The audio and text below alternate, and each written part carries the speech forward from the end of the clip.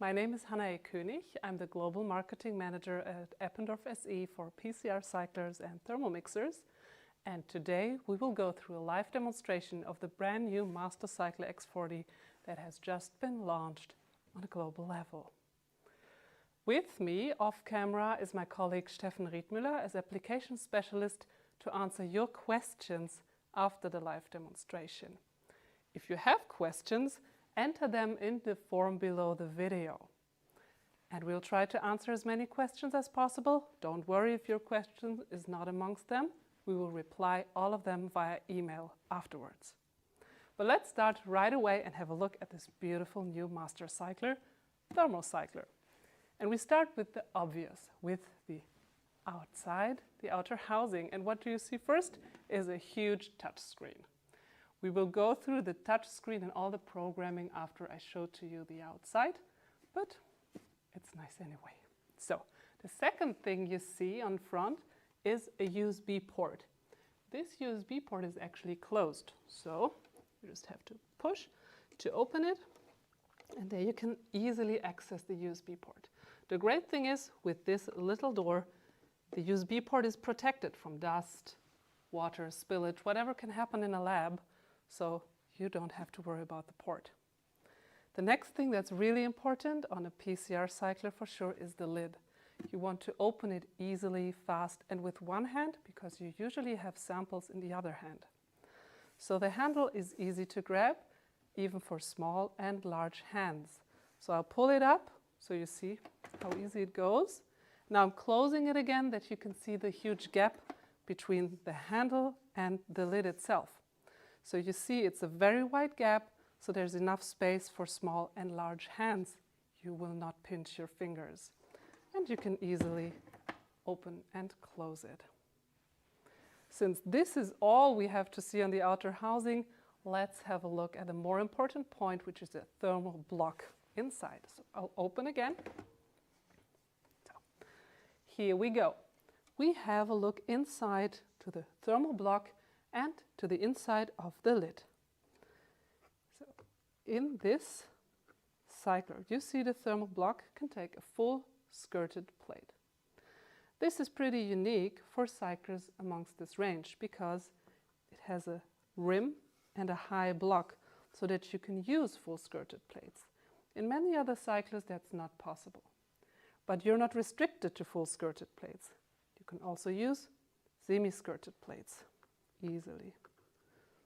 So the great thing about this is not only that you can use them, but the cycler can also be used for up and downstream applications with liquid handling automats, because these automats can usually only take semi or full skirted plates with the grabber.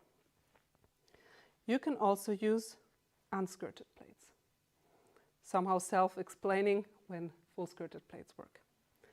But for sure, also PCR tube strips and tubes are possible. This is also self-explanatory.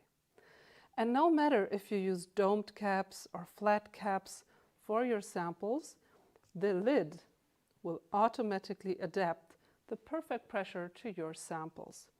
So I'm going to close the lid now on the handle without really closing it, so that you see that this safe lid adapts height automatically.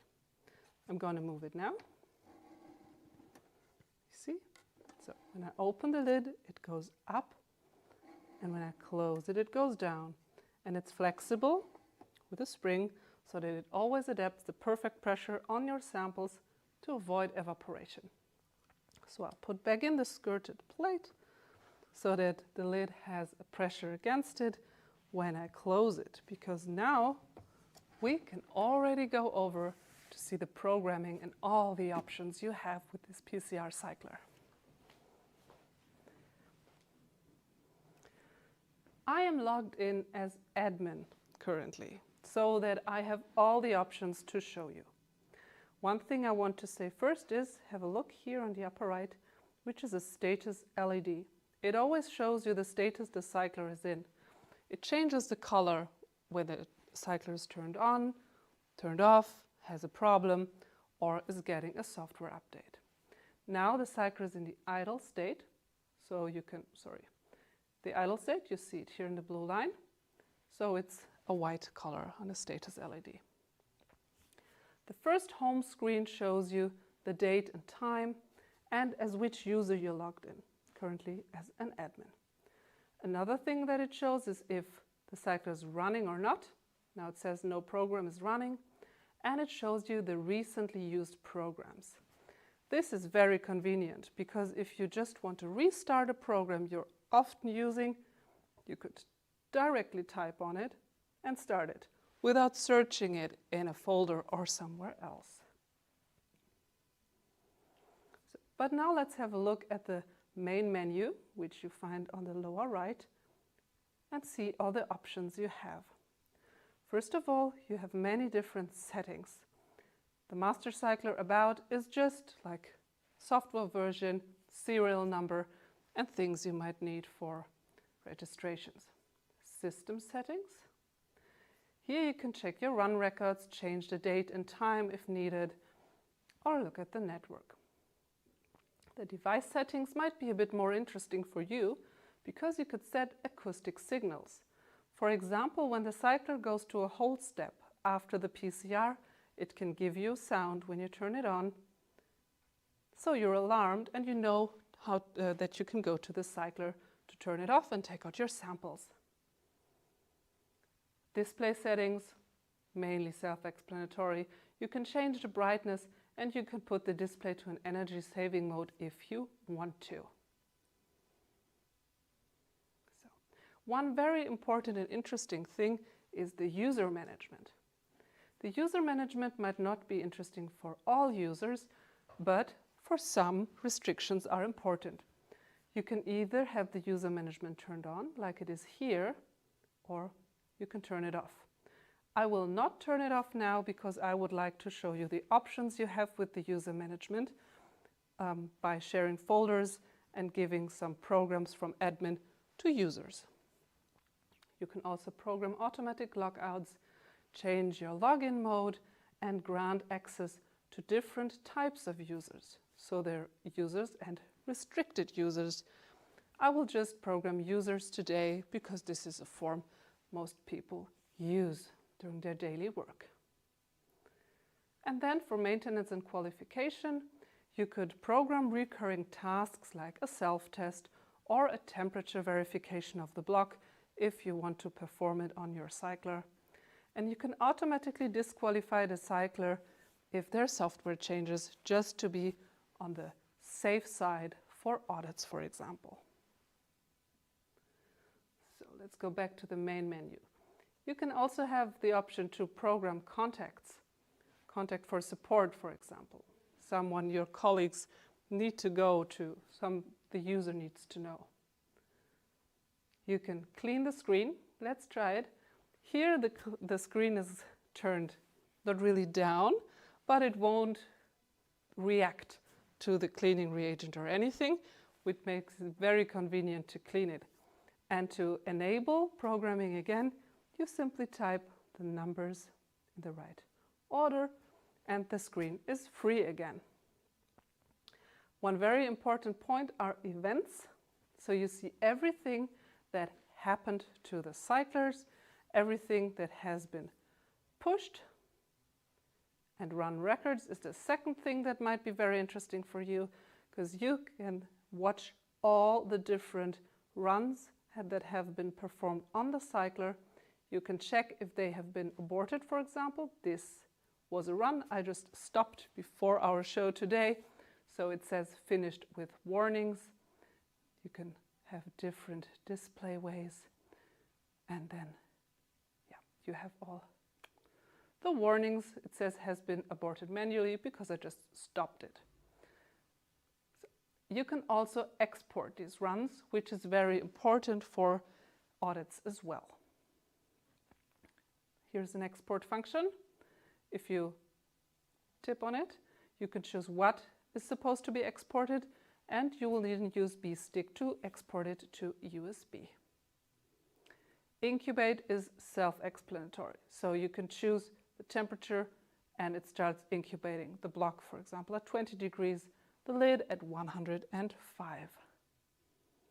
Maintenance and qualification, I just said something about this. Here you can program the recurring tasks and the,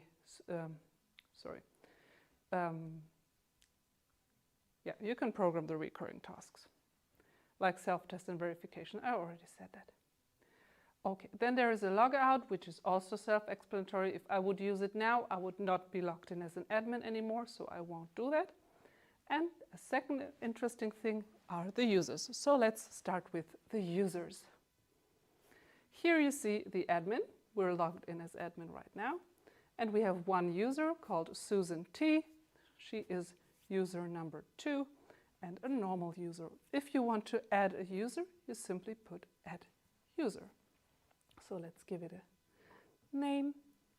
It will be Mike S. We will enter a PIN for him. Let's go for 1, 2, 3, 4. Today, for sure, you should use a stronger PIN. And then you can choose if it's supposed to be an administrator, a user, or a restricted user. So today we stick to a normal user. There we go. It gets the user ID 3. We confirm it, and now you see Mike S is also a user. Now, let's go to the program manager. You can either access it via the menu, or you type on home, and you can access the program manager right in the middle on the big button. So, this is now the program manager showing the folders from the admin. It has my folders shared with me, which is currently empty because there are no shared folders. The other users can be shown. There we go, it's Mike and Susan. And lost and found is something we don't need at the moment. It's also empty because I didn't delete any of the programs. So let's go to my folders. We have a live demo folder for today, and there's a new folder. What you see here on the right, these three little circles mean it is already shared with someone. So if we click on it, we see the different programs inside, program 1 and test 2. If we type on the 3 little dots, you can see, you can change the sharing, copy the whole folder, rename it. Let's put live demo 1. So it's really easy, and the green hook, and that's it. So it's renamed. You can also export the whole folder. Therefore, you would also need a USB stick.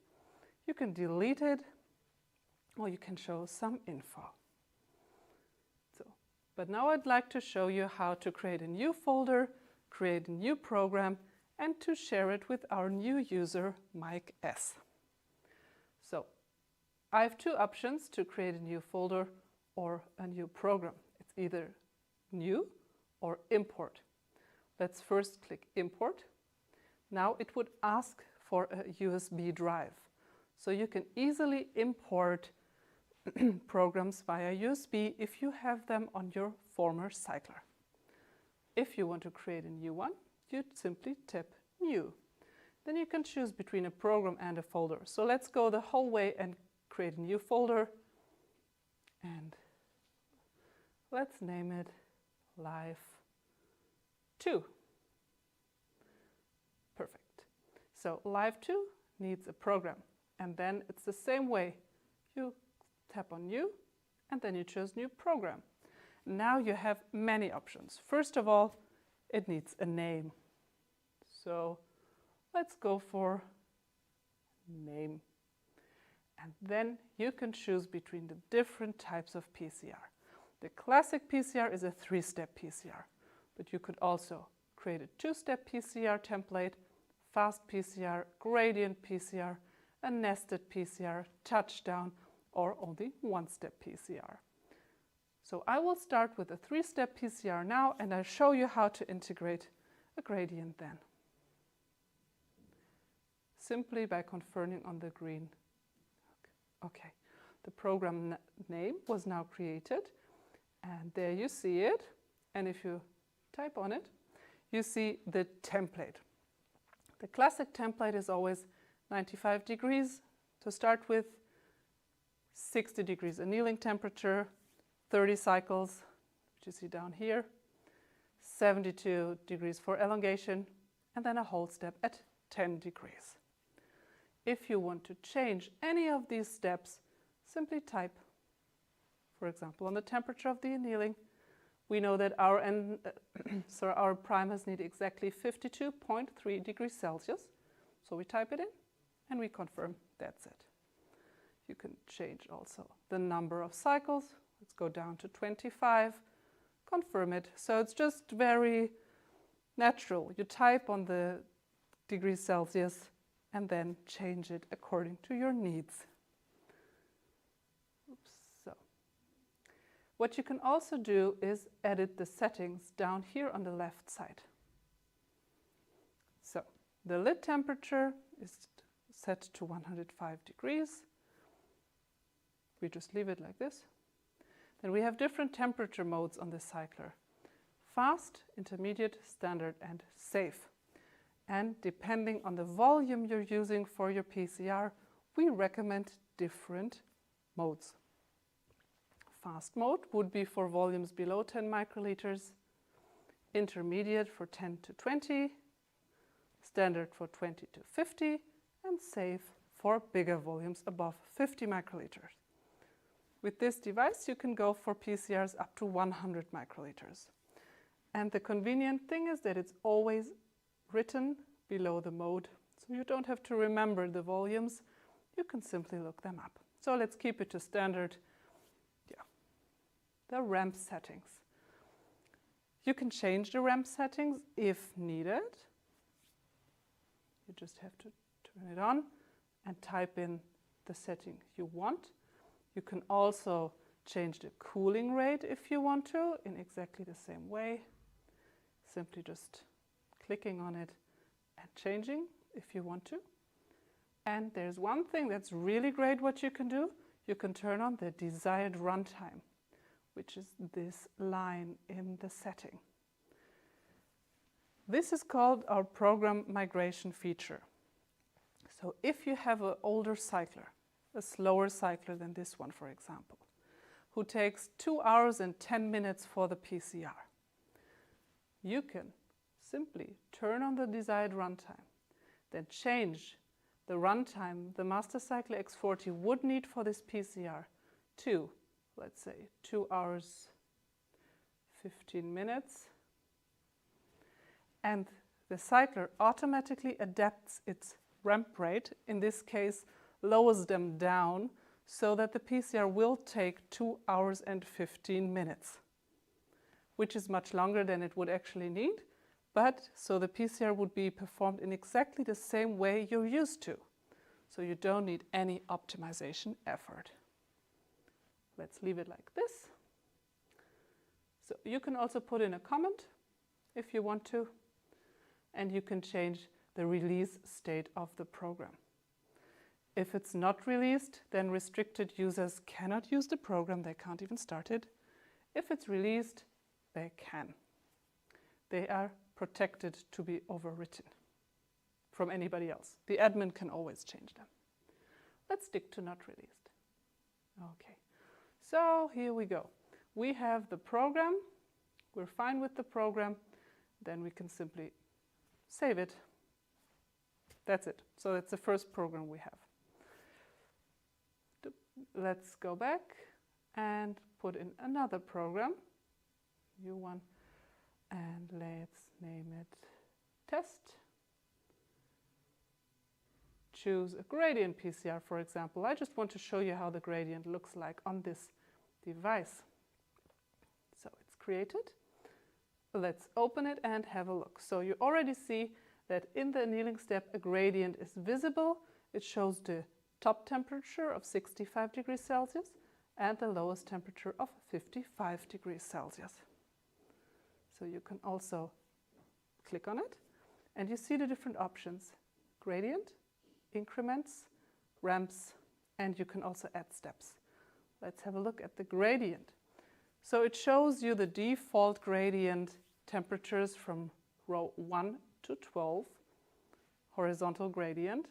So it's 54.8 to 65.1. And you can change it however you want to. Let's say 55.7 as a start and go a bit lower. Or you simply tap on the number to make it a bit faster. Type in the 60 as a maximum, so row number 12 shows 60 degrees Celsius, while the lowest temperature sticks to 55.7. What you can also put in is increment and decrement. This is very interesting actually, because you can change the time that should be added in each cycle if you program an increment. For example, each cycle is supposed to be 5 seconds longer than the cycle before. Or you can even program a shorter cycle every time. The same can be done with the temperature. So you can have the temperature increased every cycle or decreased every cycle depending on your program. So we just leave that. I think one is enough to understand it. If you want to, you can also put a ramp speed limit into your program. Remember to stick to the lowest temperature, to cooling rate, for example. And you can change the ramp speed limit to, let's say, 0.6, whatever you want. So then it'll be much slower, but this is just for playing around. Right. Okay, and after you did all these different changes, you have to save, and then it's saved. So let's go back. What we wanted to do now is to share these two programs, the whole folder, with our user Mike S. So I'll go back to my folders. You see, Live Demo 1 is already shared. Live 2 is not yet shared. So type on the 3 little spots and you see sharing options. If you type on these, you can see the available users, Mike S or Susan T, and you simply choose the one you want to share the folder with. I just chose Mike, and I'll confirm it. And now the whole folder is shared with Mike. It doesn't show, sorry. Share the whole folder. Okay. There we go. I just had to go back to Program Manager once to see that they're both shared. So Live 2 is now shared with Mike. Live Demo 1 is shared with Susan. So, okay, then let's go back to just any program. Let's say Program 1. And I'll just start the cycler so that you see the change in the status LED. Starting the program is easy. It's just pressing the play button. Confirm that you want to start this program. And it starts. And you see it changed to a blue status LED. I'm pretty sure you don't hear that it started because it's that calm. And it shows you the remaining runtime, the starting time, the finish time, as well as the current temperature of the block and the lid. At the moment it's heating the lid. If you now forgot to put in the samples because you were so keen on starting the program, you could press pause, then put in samples, then resume and start again. So you just saw, sorry. While pausing it, there's a yellow light and it says paused in yellow so that you're aware of something is not running normally. If you resume, it gets back to the blue light and the blue countdown of your PCR.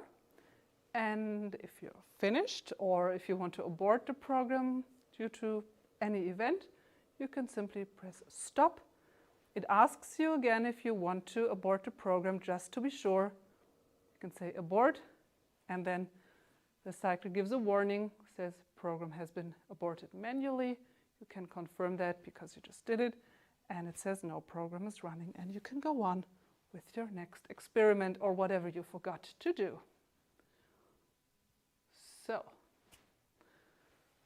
that's it, mainly with the programming of this cycler. And now I'll hand over to my colleague Steffen, who would like to introduce to you some sustainability and green facts all around this Mastercycler X40. Thanks a lot, Hannah, and a warm welcome to you. I have the pleasure to present some green facts about the Mastercycler X40. So you have already heard that it's very calm, and we have measured this. And during a standard PCR, the noise level does not increase more than 40.5 dBA, and this is very, very, very calm. For instance, if you're sitting in the library, you will have a noise level of around 40 dBA. And even rainfall is louder with 50 dBA. And there are many other cyclers on the market which are much louder than the Mastercycler X40. So here we are talking about noise levels of 50 till 72 dBA. And then when purchasing a Mastercycler X40, you can save a lot of plastic and paper. So the Mastercycler X40 is packed in a cardboard box with only 2 small recyclable plastic bags. And this is to protect the device and cable from dust. And the packaging only contains a short manual, if this is needed, and the full manual is available via QR code or on the Eppendorf webpage. And last but not least, the small footprint is very important, and the low weight as well, because this enables more devices to be shipped on one pallet. And with this, you can reduce a lot of spending on gas and fuel. And furthermore, the energy consumption of the Mastercycler X40 is comparable low. So other cyclers have higher energy consumption, like 35% to 70% more. And this also saves a lot of energy and in the end also CO2. And this leads me now to the Q&A session. So let's see what we have in the queue. So the first question which is coming in, this is also about green facts. So someone is asking, how can I save even more energy when running a PCR? So the first thing is the optimization of your PCR program. So if this needed, you can use the gradient function, which was already shown by Hannah. And with this, you can test different annealing temperatures, for instance, within one run. And with this, you save a lot of energy and experiments and time. Furthermore, use the hold step only as short as needed. Hannah is now showing the hold step here. And you can put this hold step also at 10 degrees. Usually in most PCR protocols is set to 4 degrees, but 10 degrees are also totally fine for the DNA to stay stable. And with this, you also save a lot of energy, because cooling down the thermoblock is very energy intensive. And then we have the energy saving option, which you can also select. And with this, you also save some more energy. Okay, let me check if we have more questions. Here's another one. So why is the initial denaturation time of some PCR programs quite long? This is when using a hot start PCR. So this is a modified PCR, and this is to reduce the presence of undesired products and primer dimers due to non-specific amplification at room temperature. So hot start polymerases just starting being active after a longer incubation at very high temperatures. And that's why we have this sometimes very long initial denaturation steps.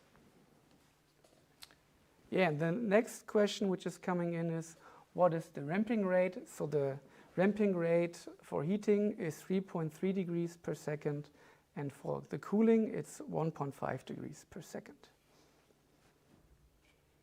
And this was the last question in the queue.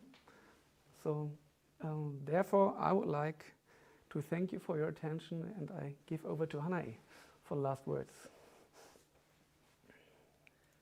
Thank you very much for your attention, for attending this live demonstration. I was very happy to show you this device, and we were happy to answer your questions. So you can still ask questions after the event. Simply send them to the Eppendorf Lab channel, and looking forward to the next. Thank you and goodbye.